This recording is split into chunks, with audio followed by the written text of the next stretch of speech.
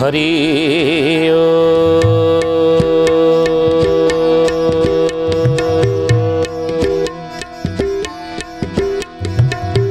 ओम भूर्भुवः स्वः तत्सवितुर्वरेण्यं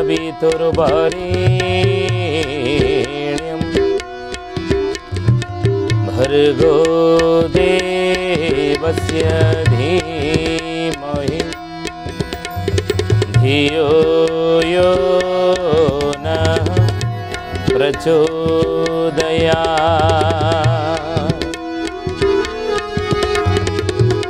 नमस्ते अच्युतानन्दं नमस्ते जगन्नाथाय नमो यशवन्तानन्दं बलराम नमो नमः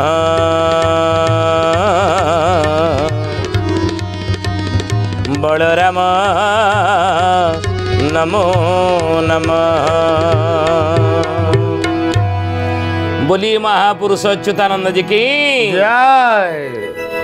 सुधेयनी ज्ञानी गुणी मंडली आजिर मालिका वचन को आपण मानक स्वागत जनाऊँ। आजिर मालिका वचन रे आमे आलोचना करिया जाऊे महापुरुष अच्युतानंदर मालिकार नाम है मालिका चौतीसा। आ ये मालिका चौतीसार पद कौन ना महापुरुष रुषिया संबंध रे आलोचना करछंदी। रुषिया देश संपर्क रे ये पदरे कौन आलोचना करछंदी ना लज्जा पाइब रुषिया राजन लागी रहिब जे समर पूर्ण लगाम दौड़ी हरिण थीब लुचिण अन्याय युद्ध करिब से देश न रहिब तार देश न रहिब कार लागिब अनल 15 17 18 रे घर द्वार हे 18 रे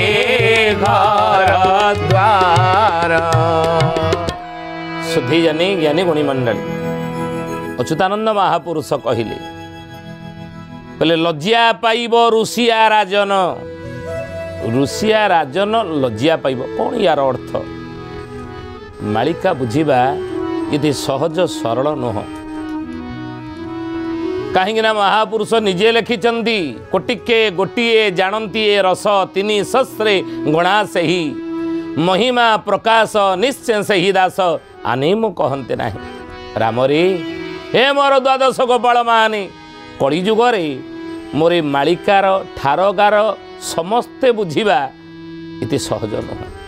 ये ठारगार को समस्ते बुझीबा ते सहज नुह। कोटिए गोटे लोक मो मालिकार ठारगार को बुझी बुझाई पारे तांगर संख्या ये संसार होचंदी केते ना 16,000 16 सहस्र महापुरुष कही ए 3 सहस्र 3,000 बछा बछा भक्त मान जन्म होइथिबे मो मालिकार ठारगार को बुझी बुझाई पारे। तेणु ई कथा जो महापुरुष लिखिले लज्जा पाइब रुषिया राजन कहीं लिखिले कौन लज्जा पाइब रुषिया राजन कोउथि लज्जा पाइब ये कथा आम जाना उचित। शिष्य रामचंद्र पचारे हे गुरुदेव रुषिया राजन लज्जा पाइब दिने कहीं कौन पाई कौ कारण पाई अच्युतानंद महापुरुष लेखिले मालिकारे कले रुषिया से काले दारो रानी मनते पशिब बड़ बेउड़े पथन पाइब भात बुणा हेब मरिब मारकंड ठारे मरिब मारकंड ठारे हे सुजने मरिब मारकंड ठारे मरिब मारकंड ठारे हे सुजने मरिब मारकंड ठारे। सुधीजनी ज्ञानी गुणी मंडली शिवकल्प नवखंड निर्घंड यार प्रमाण देले कहीं ऋषिया राजन दिने लज्जा पाइब कहीं कौन कौन लज्जा पाइब शिवकल्प नवखंड निर्घंड अच्युतानंद महापुरुष यार मीमांसा देले कौन मीमांसा देले कहले ऋषिया से काले दारूर निमंते पोषिब बड़ देउड़े दिने ऋषिया बड़ देउड़ भितर प्रवेश करिवो बोली मालिकार लेखा है शिवकल्प नवखंड निर्घंड अच्युतानंद को प्रमाण देले ठिकणा बेलू यही देशर लोक माने हे ज्ञानी गुणी मंडली शुद्धि जाने ठिकणा बेलू ठीक समय रे यही देशर लोक माने तिने बड़ देउल भितर कुआडे प्रवेश करिवे काहेकि प्रवेश करिवे ना प्रभु जगतर नाथ जगन्नाथ महाप्रभुंकर दारू विग्रह नबा पाई बोली कहा जाइए कथा प्रबल प्रचेष्टा करिवे सत मात्र सेमानंकर ई प्रचेष्टा केबेले फलवती हेब नाही बोली अच्युतानंद महापुरुष मालिकारे कथा आलोचना करिछन। सुधीयने पुनश्च कहिले ऋषि आसिले दर्शन करी तांक पादे प्रणमिब जेते स्वर्ण देव राजा बड़ देव कालरे भेटी पाइब कालरे भेटी पाइब हे सुजने कालरे भेटी पाइब कालरे भेटी पाइब हे सुजने कालरे भेटी पाइब। बोलिए महापुरुष अच्युतानंद जी की जय। महापुरुष कहिले ऋषि आसिले दर्शन करी तांको पादे प्रणमिब कहती नेपालर राजांक सहित श्रीमंदिर मध्य संपर्क रही अल्प बहुत आपण माने जानिथिबे कथा नेपाल राजांकर सहित श्रीमंदिर संपर्क रही तो सही भली दिने ऋषियार आपण माने देखुथिबे केवल जगन्नाथ मंदिर आम ओडिसा रे केवल नहीं सारा विश्व रे जगन्नाथ मंदिर रही सारा विश्व रे प्रभुंकर पूजा अर्चना मध्य हो सारा विश्ववासी मध्य महाप्रभु को आज मानिचंती नहीं तेणु हे ज्ञानी गुणी मंडली ऋषिया इठिके आसीबो दर्शन करिया को आसीबो आउ जेते स्वर्ण देव राजा बलदेव काल रे भेटी पाइबो जेतेबेले बलदेव राजा थिबे तांको काल रे ऋषिया स्वर्ण आनिके आसीबो प्रभु को दर्शन करिबो केते स्वर्ण आनिबो ये कथा कोन मालिकार लेखा अछि गुरुदेव ये कथा कोन आलोचना होती मालिकार हे ज्ञानी गुणी मंडली हाँ होती केते स्वर्ण ऋषिया नहीं कि आसी बलदेव छामुरे दब केते स्वर्ण अच्युतानंद महापुरुष जाई फूल मालिकार लिखिं आपण मैंने शुणी कौन कहले लक्षे माड़ स्वर्ण ऋषिया शिव दर्शन करी जे देखिब कुंज बिहारी सुजने जे से देखिब कुंज बिहारी सुजने जे से देखिब कुंज बिहारी सुजने। सुधीजने मालिका वचन न होइबा न ये मालिकार कथा केबे अन्यथा हेब नाही कहिले लक्षे माढ़ स्वर्ण नहीं लक्षे माढ़ हिसाब आगुरी नथिला कि एबे तो नहीं तेणु लक्षे माढ़ स्वर्ण नहीं ऋषिया आसी लक्षे माढ़ स्वर्ण नहीं ऋषिया आसीब दर्शन करिलो जाई फूल देखिब कुंज बिहारी केतेबेले ऋषिया आसीब केतेबेले दर्शन करियो आसीब अच्युतानंद लिखिचंती जेतेबेले लागिब मोहा समरा देश देश मध्य अति प्रबल जे होई जीवनार खार सुजने जे पृथ्वी होई जीवनार खार सुजने जे पृथ्वी होई ସୁଜନେ লাগিব ମହାସମର ଦେଶ ଦେଶ ମଧ୍ୟ ଅତି ପ୍ରବଳ ଦେଶ ଦେଶ ଭିତରେ ଯୁଦ୍ଧ ଲାଗିବ ତୃତୀୟ ବିଶ୍ୱଯୁଦ୍ଧର ଶୁଭାରମ୍ଭ ଯେତେବେଳେ ହେବ କିନ୍ତୁ ହି ସୁଥିଜନେ ପରମ ପୂଜ୍ୟ ଗୁରୁଦେବ ବେଦମୂର୍ତ୍ତି ତପନିଷ୍ଠ ଯୁଗଦ୍ରଷ୍ଟା ଯୁଗାଚାର୍ଯ୍ୟ ବ୍ରହ୍ମର୍ଷି ପଣ୍ଡିତ ଶ୍ରୀରାମ ଶର୍ମା ଆଚାର୍ଯ୍ୟ ଯେ କି ଅଖିଳ ବିଶ୍ୱ ଗାୟତ୍ରୀ ପରିବାର ଗୁରୁ ମୋ ଗୁରୁଦେବ ସେ ଲେଖିଛନ୍ତି ତୃତୀୟ ବିଶ୍ୱଯୁଦ୍ଧର ସାଜସଜ୍ଜା ସବୁ ହେଇଥିବ ସବୁ ଦେଶ ପ୍ରସ୍ତୁତ ହେଇଥିବେ କିନ୍ତୁ ଯୁଦ୍ଧ ହେବାକୁ ଦିଆଯିବ ନାହିଁ କାହିଁକି କେମିତି ଯୁଦ୍ଧ ହେବାକୁ ଦିଆଯିବ ନାହିଁ କିଏ ହେବାକୁ ଦେବ ନାହିଁ ଋଷିମୁନିମାନେ ସନ୍ଥମାନେ ଯୋଗୀନ୍ଦ୍ରମାନେ ମହାତ୍ମାମାନେ ମହାପୁରୁଷମାନେ ଯେଉଁମାନେ ତପସ୍ୟା ଆଜି କରୁଛନ୍ତି ଇଏ ସଂସାର କେମିତି ରକ୍ଷା ହେବ ଇଏ ପୃଥିବୀ କେମିତି ଧ୍ୱଂସ ମୁଖରୁ ରକ୍ଷା ପାଇବ ଇଏ ପୃଥିବୀ କେମିତି ମହାବିନାଶରୁ ରକ୍ଷା ପାଇବ ଇଏ ମହାବିନାଶରୁ ରକ୍ଷା ପାଇବା ପାଇଁ ଋଷିମୁନିମାନେ ଯୋଗୀନ୍ଦ୍ର ଜ୍ଞାନୀନ୍ଦ୍ର ସନ୍ଥ ମହାତ୍ମା ମହାପୁରୁଷମାନେ ତପସ୍ୟା କରୁଛନ୍ତି ଅଖିଳ ବିଶ୍ୱ ଗାୟତ୍ରୀ ପରିବାର ଅନ୍ୟାନ୍ୟ ସମସ୍ତ ଧର୍ମ ଆଧ୍ୟାତ୍ମିକ ସଂସ୍ଥାମାନେ ମଧ୍ୟ ଏବଂ ଆଧ୍ୟାତ୍ମିକ ଗୁରୁମାନେ ମଧ୍ୟ ତପସ୍ୟା କରୁଛନ୍ତି ସାଧନା କରୁଛନ୍ତି କେମିତି ମହାବିନାଶରୁ ଏ ସଂସାର ରକ୍ଷା ପାଇବ ତେଣୁ ତୃତୀୟ ବିଶ୍ୱଯୁଦ୍ଧ ହେଲେ ସଂସାର କ'ଣ ହେବ ନା ମହାବିନାଶ ହେଇଯିବ ସଂସାର ସୃଷ୍ଟିର ତେଣୁ ଏ ମହାବିନାଶର ରକ୍ଷା ହେବା ପାଇଁ ସାଧୁସନ୍ଥମାନେ ତପସ୍ୟାରତ ବନ୍ଦ ହେବ ଯୁଦ୍ଧ ହେବାକୁ ଦିଆଯିବ ନାହିଁ ତେଣୁ ମହାପୁରୁଷ କଲେ ସେହି ସମୟରେ ଋଷିଆ ଆସି ପହଞ୍ଚିଥିବ ଭାରତ ସପକ୍ଷରେ ଯୁଦ୍ଧ କରିବ କେତେବେଳେ ନା ମହାପୁରୁଷ ଲେଖିଛନ୍ତି କ'ଣ କହିଲେ କହିଲେ ବାବୁରେ ଯେତେବେଳେ ଭୂରିଶ୍ରବା ଚିନ୍ଦେଶେ ଜନମ ଲଭିଛି ଅସୁରାଂଶେ ଯେ ଯୁଦ୍ଧ କରିବ ହରସେ ସୁଜନେ ଯେ ସେ ତ ଯୁଦ୍ଧ କରିବ ହରସେ ସୁଜନେ ସେ ତ ଯୁଦ୍ଧ କରିବ ହରସେ ସୁଜନେ ଯେ ଆଜି ଆପଣମାନେ ଦେଖୁନାହାନ୍ତି ଯୁଦ୍ଧ ଦେଶ ଦେଶ ଭିତରେ ହେଉନି କି ଏ କଥାକୁ ଅସ୍ୱୀକାର କରିବା ନାହିଁ କାହିଁକିନା ପ୍ରତ୍ୟକ୍ଷରେ ଘଟୁଛି ନା ମାଳିକା ବଚନ ନ ହୋଇବା ନା ଇଏ ଯାହା ଆଜି ଘଟୁଛି ଆଜି ଆପଣ ଦେଖୁଛନ୍ତି ଇ ଘଟଣା ଘଟିବ ବୋଲି 600 ବର୍ଷ ତଳେ ପଞ୍ଚସଖାମାନେ ନିଜର ଦିବ୍ୟ ଦୃଷ୍ଟି ବଳରେ ଦେଖି ଲେଖି ଦେଇଥିଲେ ମାଳିକା ଶାସ୍ତ୍ରରେ ଏଭଳି ଘଟଣା ଆଗକୁ ଘଟିବ ବୋଲି ତେଣୁ ଦେଖନ୍ତୁ ତାହା ହେଉଛି ତେଣୁ ଏହି ଜ୍ଞାନୀଗୁଡ଼ି ମଣ୍ଡଳରେ ଯେତେବେଳେ ଭାରତ ସହିତ ଚାଇନାର ଯୁଦ୍ଧ ହେବ ସେହି ସମୟରେ ଭାରତ ସପକ୍ଷରେ ଓ ଋଷିଆ ଛିଡ଼ା ହେବ ମିତ୍ର ରାଷ୍ଟ୍ର ଭାରତର ରୁଷ ଭାରତ ସପକ୍ଷରେ ଛିଡ଼ା ହେବ ଏବଂ ସେହି ଋଷିଆ ଲକ୍ଷେ ମାଡ଼ ସ୍ୱର୍ଣ୍ଣ ନେଇ ଆସିଥିବ ଶ୍ରୀ ବଡ଼ଦେଉଳରେ ପ୍ରବେଶ କରିବ ପ୍ରଭୁଙ୍କୁ ଦର୍ଶନ କରିବ ଏବଂ ଦାରୁବିଗ୍ରହକୁ ନେବା ପାଇଁ ପ୍ରବଳ ପ୍ରଚେଷ୍ଟା କରିବ ସତ ଆଉ ସେହି ସମୟରେ ପୃଥିବୀର ଚତୁର୍ଦିଗର ଲୋକମାନେ ଏ ସଂସାରର ଇଏ ପୃଥିବୀର ଚତୁର୍ଦିଗର ଲୋକମାନେ ଦାରୁବ୍ରହ୍ମଙ୍କ ଉପାସନା ନିମନ୍ତେ ନୀଳାଚଳ ପୀଠରେ ଏକତ୍ରିତ ହେବେ ବୋଲି ଅଚ୍ୟୁତାନନ୍ଦ ମହାପୁରୁଷ ମାଳିକାରେ ଲେଖିଛନ୍ତି ଶିଷ୍ୟରାମ ଦାସଙ୍କ ଆଗରେ କହିଛନ୍ତି ଆଉ ଏବଂ ଜଗନ୍ନାଥଙ୍କ ଅପାର ଅନୁଗ୍ରହରୁ ବିଶ୍ୱର ସମସ୍ତ ଗୁପ୍ତ ତଥ୍ୟ ଭେଦ ଜାଣିବା କାରଣ ନେଇ ଋଷିଆ ବଡ଼ଦେଉଳ ଭିତରେ ପ୍ରବେଶ କରିବ ବହୁତ ଗୁପ୍ତ ତଥ୍ୟ ନେବା ପାଇଁ ପ୍ରବେଶ କରିବା ଆଜି ଆପଣମାନେ ଦେଖୁଛନ୍ତି ସୋସିଆଲ ମିଡ଼ିଆରେ ଆପଣ ଦେଖୁଛନ୍ତି ନ୍ୟୁଜ୍ ଚ୍ୟାନେଲରେ ଆପଣ ଦେଖୁଛନ୍ତି ବିଭିନ୍ନ ଖବରକାଗଜ ପୃଷ୍ଠା ଓଲଟେଇଲେ ଆପଣମାନେ ପଢ଼ିବାକୁ ପାଉନାହାନ୍ତି କି ହେଇ ଦିଆଲ ଡେଇଁକି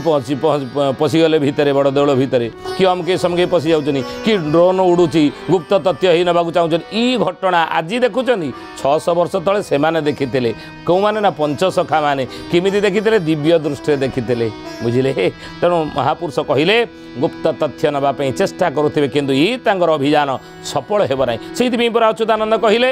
ଛକି ରହିଥିବ ରାଜା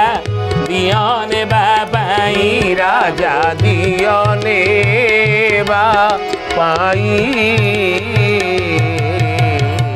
ଶୂନ୍ୟ ରଥ ହାଣି କରି ନିକଟେ ରଖାଇ ବାବୁ ନିକଟେ ରଖାଇ ଅଚ୍ୟୁତାନନ୍ଦ ମହାପୁରୁଷ ଲେଖିଲେ କହିଲେ ରାମରେ ଛକି ରହିଥିବ ରାଜା କେଉଁ ରାଜା ଋଷିଆ ରାଜା ଛକି ରହିଥିବ ରାଜା ଦିଅ ନେବା ପାଇଁ ଶ୍ରୀଜୀଉମାନଙ୍କୁ ନେବା ପାଇଁ ଚାହିଁକି ରହିଥିବ ଛକିକି ଥିବ ଆଉ କେମିତି ନେବ ଶୂନ୍ୟ ରଥ ଆଣି କରି ନିକଟେ ରଖାଇ ଶୂନ୍ୟ ରଥ କ'ଣ ରଥରେ ତ ପ୍ରଭୁ ହେଇ ଆଷାଢ଼ ଶୁକ୍ଳ ଦ୍ୱିତୀୟା ତିଥିରେ ରଥରେ ପ୍ରଭୁ ଗୁଣ୍ଡିଚା ମନ୍ଦିରକୁ ଯାଉଛନ୍ତି पुणी नवदिनात्मक यात्रा समापन करी 7 दिन गुंडीचा बाड़ी रही पुणी थे श्रीवत्स खंडशाला बड़देउल को प्रवेश करुँच ये रथ कि पुणी शून्य रथ पुणी प्रभु जी से शून्य रथ कौन से शून्य रथर तात्पर्य कौन बोलिए महापुरुष अच्युतानंद जी की जय। महापुरुष कहले शून्य रथ आनिकरी निकटे रखाई निकटरे शून्य रथ रखिथिबो शून्य रथ कहले आज आप देखो मालिका केते सत मालिका केते सत देखो ये सब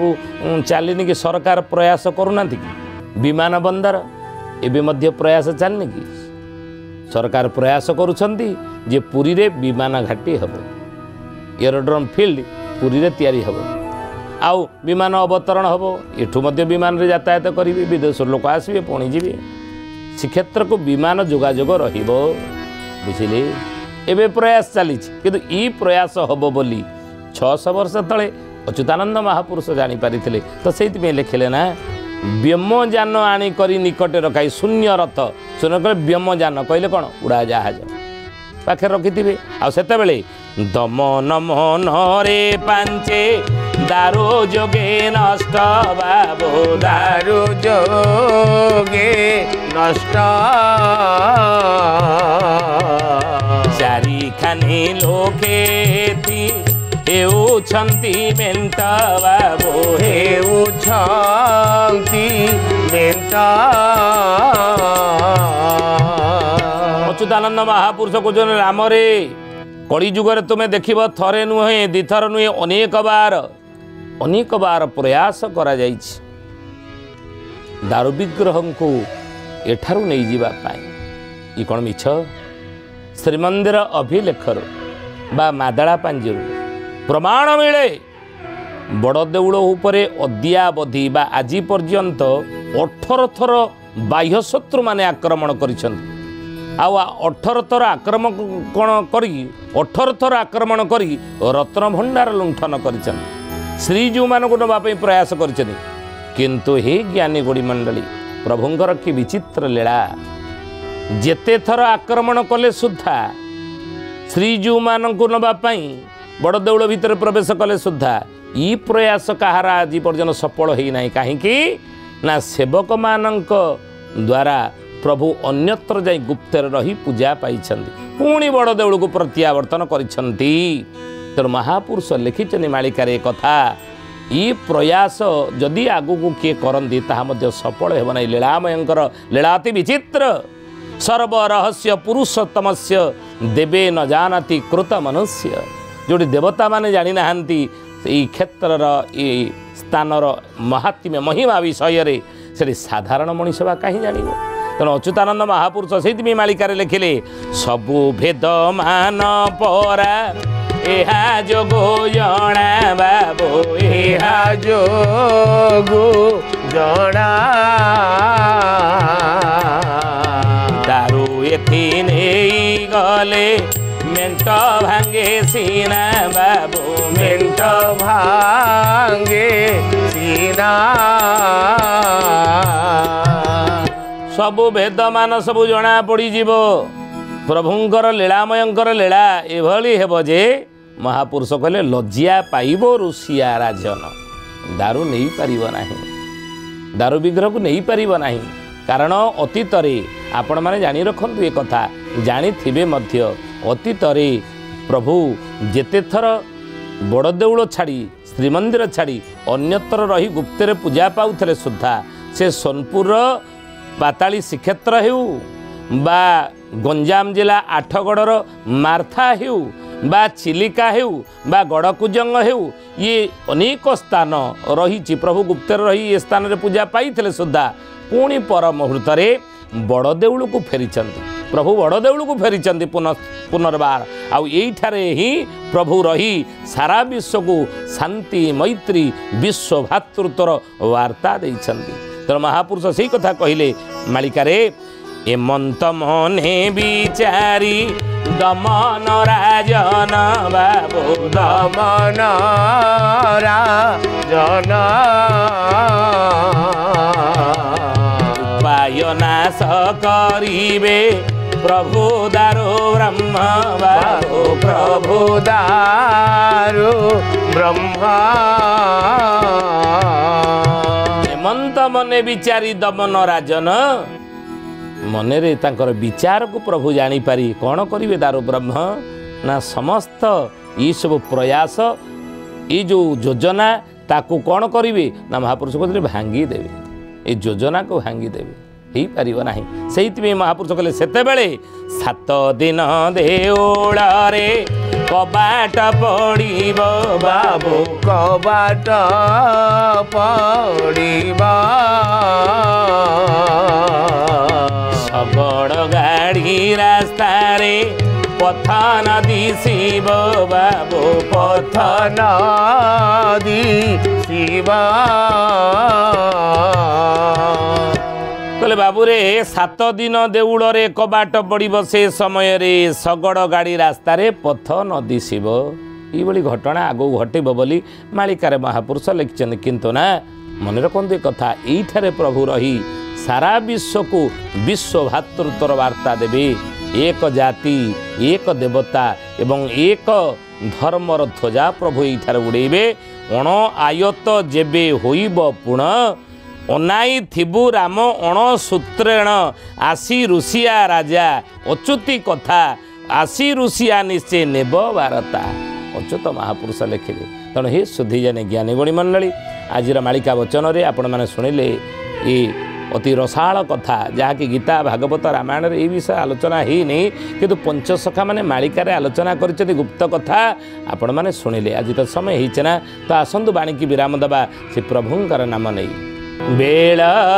ଆସିଗଲାଣି ସାଧୁ ଜନେ ବେଳ ଆସିଗଲାଣି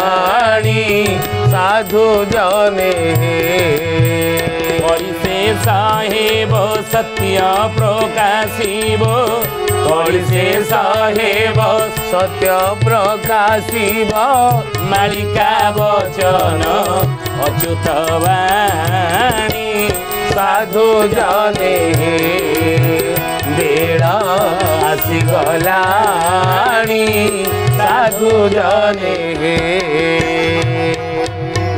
ସୁଧୀଜନୀ ଜ୍ଞାନୀ ଗୁଣୀ ମଣ୍ଡଳୀ ଆଜି ପାଇଁ ଆସନ୍ତୁ ବାଣୀକି ଏଠାରେ ବିରାମ ଦେବା ପୁଣି ଆସନ୍ତା ଅଧ୍ୟାୟରେ ଭେଟ ହେବା ରହୁଛୁ ହରି ଓମ୍ ଶାନ୍ତି ଶାନ୍ତି ଶାନ୍ତି ସର୍ବାରିଷ୍ଟ ସୁଶାନ୍ତିରେ ଭବତୁ।